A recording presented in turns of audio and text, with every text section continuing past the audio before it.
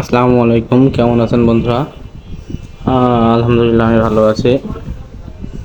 আপনাদের জন্য আবার নিয়ে আসলাম নতুন একটা মাছ ধরার ভিডিও। আজকে আমরা গিয়েছিলাম পাম্প হাউসে প্রধান হইতে মাছ ধরতে। ওই যে সকাল সকালই মাছ লাভ পারছ, তো মাছ লাভ পারে ঠিকই কিন্তু মাছ ওঠে না।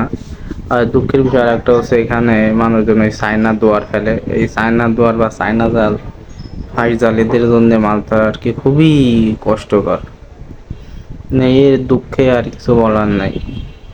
কিছুদিন এখানে মাছ হইতেছিল, এর ভিতরে আবার হচ্ছে ওই চায়না দুয়ার জাল টাল ফেলে এই জায়গাটা মানে মাছ ধরার পরিবেশ নষ্ট করে দিয়েছে। এদের দুঃখে আর মানে কিছু বলার নাই। সকালবেলা সকাল 5টায় বাইর থেকে বের হই গিয়ে কষ্ট করে মাছ ধরার আশায়, কিন্তু মাছের কোনো দেখা নাই।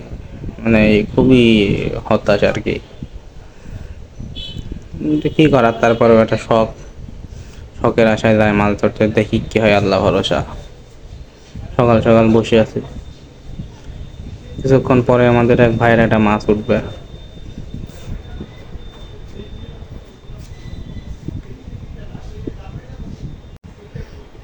এই যে ভাইয়ের হচ্ছে ছোট একটা কালবাউস মাছ উঠছে, কিন্তু দুঃখে বসে এই বিষয় হচ্ছে, আমি মাছটা করার আগে ভাই হচ্ছে মাছটা তুলে ফেলছে টান দিয়েই। ওই যে মাছটা খুব ছোট ছিল, তার মাছটা হচ্ছে মাছের মুখের ভিতরে বাঁধে নাই, বাঁধছে মাছের হচ্ছে বাইরের সাইড দিয়ে। মানে বাইরের থেকে, যে দেখুন এই যে বাইরের সাইড থেকে মাছের হচ্ছে ভিতরে বাঁধছে। মানে ছোট মাছ তো, কালবাউসের বাচ্চা। এই যে একটু ঝাঁকা লাগিয়ে এড়ে গেছে। তো কপাল ভালো, ভাই জানেন মাছটা হচ্ছে উপরে উঠে গেছে। তো ভালো থাকবেন, আল্লাহ।